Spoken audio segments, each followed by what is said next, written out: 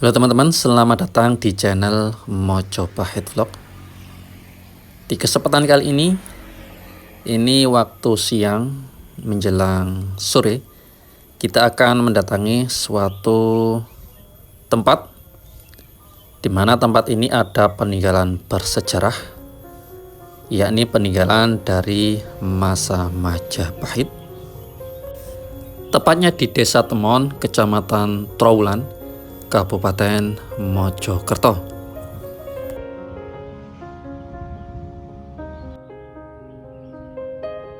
Letaknya tidak terlalu jauh dari situs Kumitir, di mana situs Kumitir diduga merupakan istana timur dari Majapahit. Ini terletak di sisi baratnya. Jadi teman-teman kalau pergi ke situs Kumitir, pasti akan melewati tempat ini.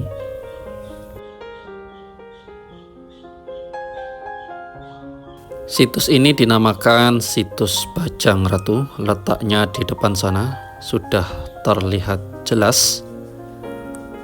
Kadang disebut sebagai candi, kadang juga disebut sebagai gapura. Jadi kadang orang menyebut Candi Bajang Ratu, kadang orang menyebut Gapura Bajang Ratu.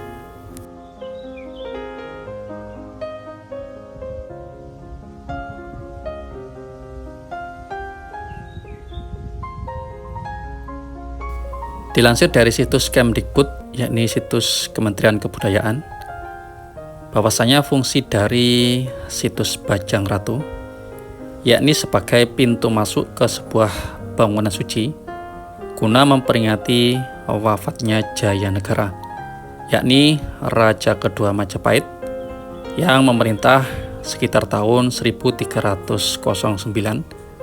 sampai 1328 Masehi.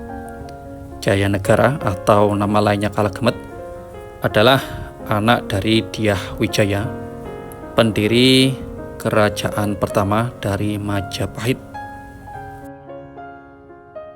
Nama Bajang Ratu sendiri pertama kali disebutkan pada tahun 1915 Masehi dalam laporan kepurbakalaan pada zaman Hindia Belanda, yakni pada masa Indonesia masih dalam penjajahan bangsa Belanda. Beberapa kali situs Bajang Ratu ini mengalami pemugaran, dan yang terbaru adalah beberapa tahun belakangan ini situs Bajang Ratu ini juga dilakukan ekskavasi, yakni bulan September 2023. Ini adalah hasil ekskavasinya, di mana ekskavasi kali ini berhasil mengungkap adanya fakta baru bahwasanya memang Gapura Bajang Ratu ini mempunyai komponen pagar di sisinya. Ini semakin menguatkan bahwasanya gapura kuno ini dulunya memang merupakan sebuah akses masuk ke dalam halaman suci di kompleks pendarmaan Jaya Negara, Raja kedua Majapahit.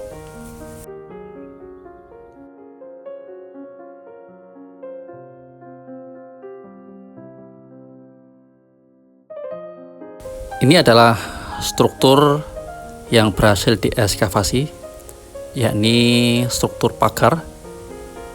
Ini membelok ke arah selatan dan juga ke utara. Di samping itu juga ada terusan sampai sisi barat ini. Ini seperti membentuk simpang 4 di sisi ini. Cukup menarik. Untuk yang sisi barat ini terus menyambung, ini tertahan oleh adanya selokan di sisi yang ini. Apakah ini menyambung terus sampai sisi barat sana? Dan apakah yang mengarah ke utara selatan juga menyambung terus lurus? Ini yang masih menjadi pertanyaan dikarenakan ekskavasinya berhenti sampai sisi ini, tetapi sudah ditutupi semacam pelindung seperti ini guna menghindari adanya hujan yang cukup deras, apalagi sekarang adalah masa musim penghujan. Ini ujung dari sisi sayapnya, ujung barat. Ini yang tadi kita lihat, ini menyambung sampai sisi yang ini. Ini sisi sayap bagian barat. Kalau dilihat di ujung sana ada ornamen kepala kala. Itu kita lebih zoom lagi. Ornamen kepala kalanya atau kirti muka terbuat dari bata merah. Biasanya terbuat dari batu andesit, tapi di sini terbuat dari bata merah. Mengingatkan kita dengan ornamen kepala kala yang ada di Candi Ngetos yang hampir sama, terbuat dari bata merah.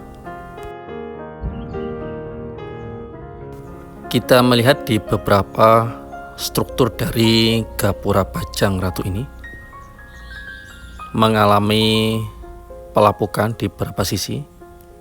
Oleh karena itu, untuk pintu masuknya ini ditopang oleh struktur besi ini, diharapkan tidak sampai roboh. Dan kalau kita mengamati lebih lanjut, tampaknya memang kondisi Gapura Bajang Ratu ini agak sedikit lebih miring ke arah barat, sudah tidak terlalu tegak lagi.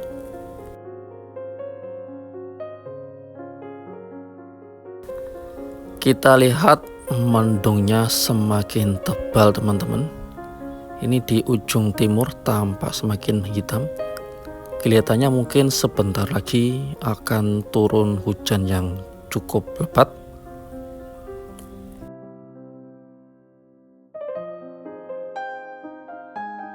Ini bagian sayap yang sisi timur.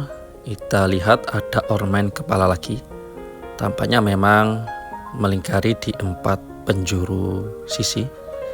Ini adalah lanjutan sayap yang sisi timur. Ada struktur juga memanjang ke arah timur sana. Struktur ini mempunyai panjang sekitar 11,5 meter dan ketebalannya sekitar 93 cm. Dan yang tersisa hanya beberapa lapis bata saja.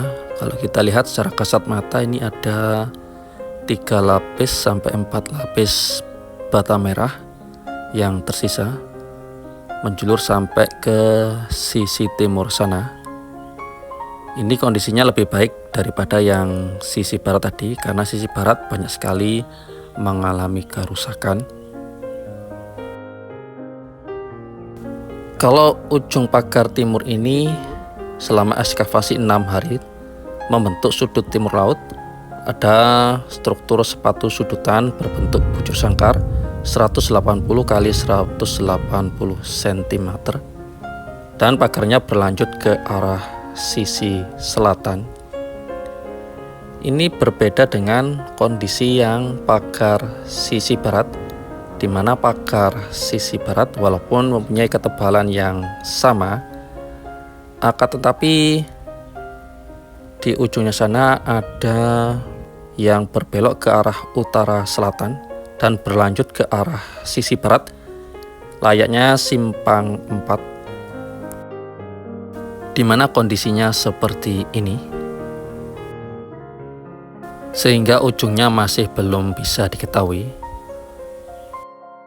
Oleh karena itu, para tim ekskavasi yang tergabung dalam tim arkeolog dari Balai Pelestarian Kebudayaan Wilayah 11 Jawa Timur merekomendasikan untuk diadakan ekskavasi lanjutan, tetapi memang terbentur di masalah dana sehingga ekskavasi ini sampai detik sekarang masih belum dilanjutkan. Teman-teman, karena memang adanya hujan yang kita prediksi tadi cukup deras, ada petir juga, kita rehat sejenak karena cukup miris jika kita meliput dalam kondisi hujan yang cukup deras seperti ini.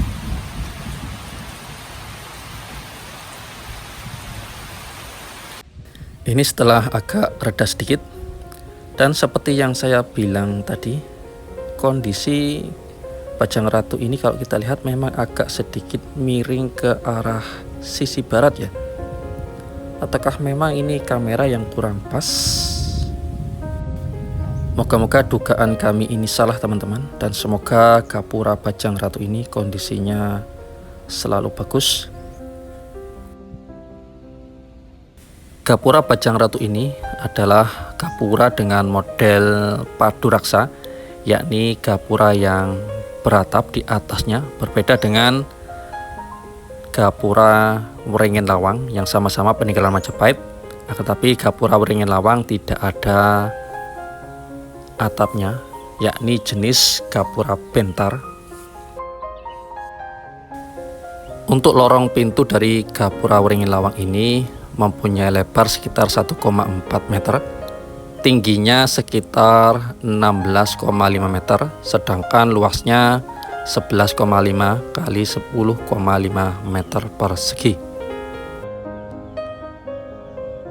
Dan ini adalah posisi yang sebelah selatan. Tadi yang pertama kita lihat adalah posisi dari arah sisi utara. Di atasnya ini ada kepala kala yang menghiasi di 4 penjuru mata angin. Menurut keterangan dari Bapak Muhammad Ikhwan, yakni ketua tim ekskavasi Gapura Bajang Ratu ini, bahwasanya pola keruangan dari kompleks pendamaan Raja Majapahit biasanya memang dibagi menjadi 3 halaman, yakni halaman depan atau Nista Mandala, kemudian Madhya Mandala atau halaman semisakral, serta Utama Mandala atau halaman suci. Untuk akses masuk ke setiap halaman, lazimnya memang adanya berupa gapura. Untuk gapura ke Nista dan Madhya Mandala biasanya berbentuk candi bentar seperti Candi Wringin Lawang. Sedangkan gapura untuk memasuki halaman Utama Mandala atau halaman suci ini biasanya memang gapura padu raksa seperti Gapura Bajang Ratu ini. Yang jelas bahwasanya Gapura Bajang Ratu ini menghubungkan antara Madhya Mandala dengan Utama Mandala. Namun yang menjadi pertanyaan hingga sekarang ini, belum ditemukannya bangunan suci di Utama Mandala, yakni kompleks pendarmaan Jayanegara Raja kedua Majapahit ini. Sehingga memang patut direkomendasikan untuk Gapura Bajang Ratu ini diadakan ekskavasi lanjutan. Tetapi memang seperti yang kita lihat, ekskavasi lanjutannya belum diadakan karena mungkin terkendala biaya. Apalagi sekarang kita dengar juga ada penghematan anggaran di berbagai lini pemerintahan, sehingga berpengaruh juga terhadap kegiatan ekskavasi di berbagai tempat. Moga saja pendanaan untuk kegiatan ekskavasi di situs-situs bersejarah seperti ini tidak mengalami kendala teman-teman, sehingga ekskavasi bisa dilanjutkan. Karena situs ini memang cukup bersejarah dan cukup penting, yakni untuk pendarmaan dari Jayanegara. Diketahui bahwasannya Jayanegara adalah anak dari Dyah Wijaya, pendiri pertama dari Kerajaan Majapahit dengan Dara Petak atau Indreswari. Kemudian setelah mangkatnya, tahtanya diwarisi oleh adik tirinya, yakni Tribhuwana Tunggadewi. Kemudian setelah dari Tribhuwana Tunggadewi, tahta dilanjutkan oleh Hayam Wuruk, yakni raja terbesar dari Majapahit. Demikianlah teman-teman laporan kami tentang keadaan Gapura Bajang Ratu setelah diadakannya ekskavasi beberapa tahun yang lalu. Semoga saja informasi ini bisa berguna untuk kita semua, guna melestarikan peninggalan-peninggalan nenek moyang. Rahayu.